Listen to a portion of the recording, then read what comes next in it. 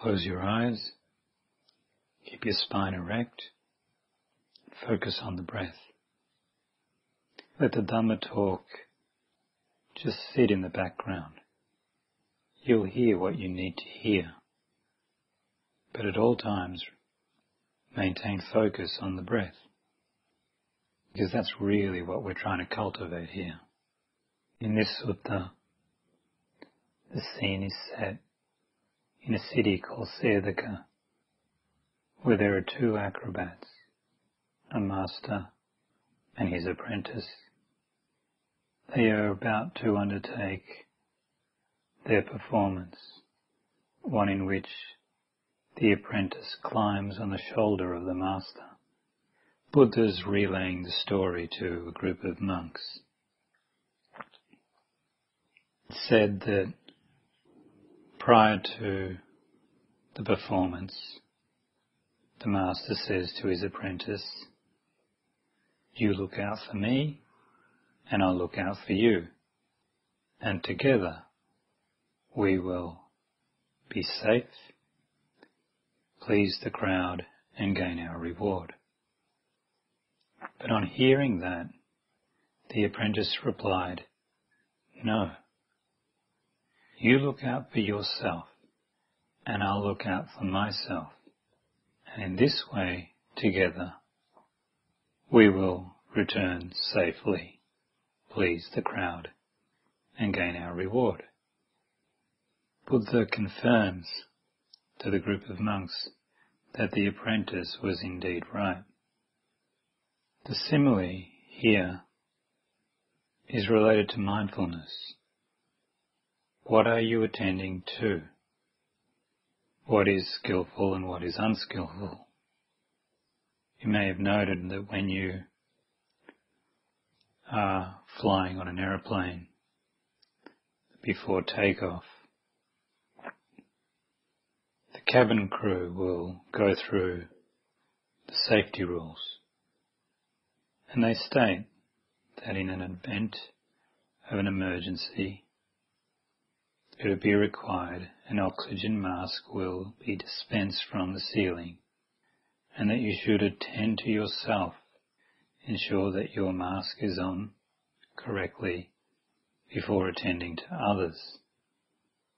In the same way that you use mindfulness to bring about safety, not just for yourself, but for others.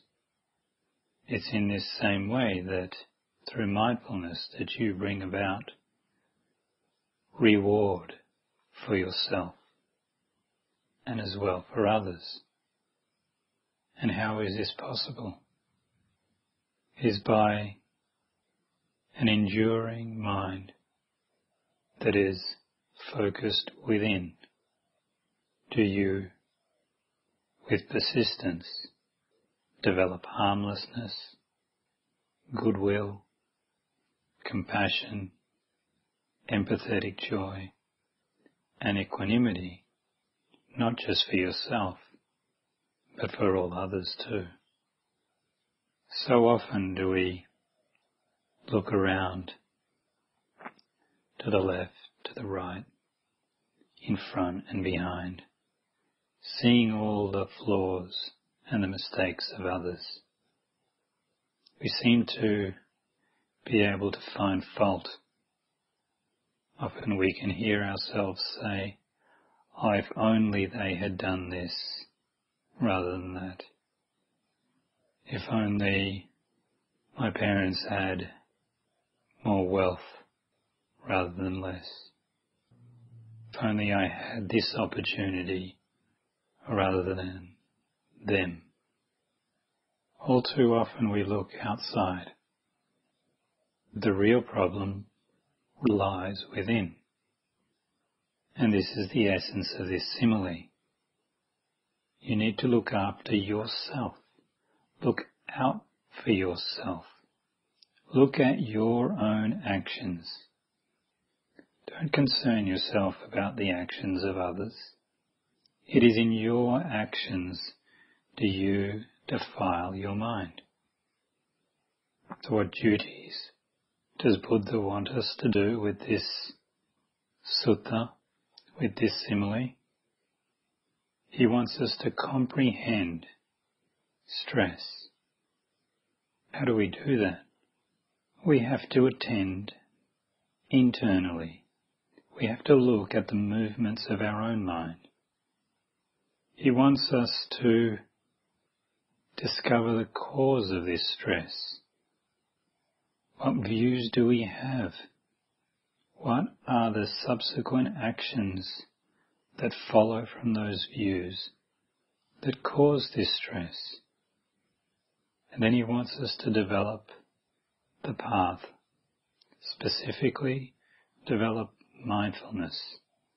Bring mindfulness to the fore, not just when you're sitting meditating, but bring it to the fore at all times.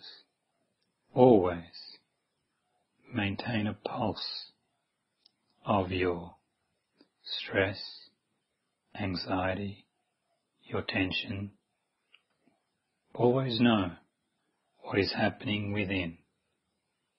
And then learn to breathe skillfully to bring about harmlessness, kindness, compassion, and empathy within you. Because when this grows, you become no threat to anyone else. You become harmless to all, kind to all, sympathetic and empathetic to all. And in this way, by looking after oneself, does one look after others. And by looking after others, does one look after oneself.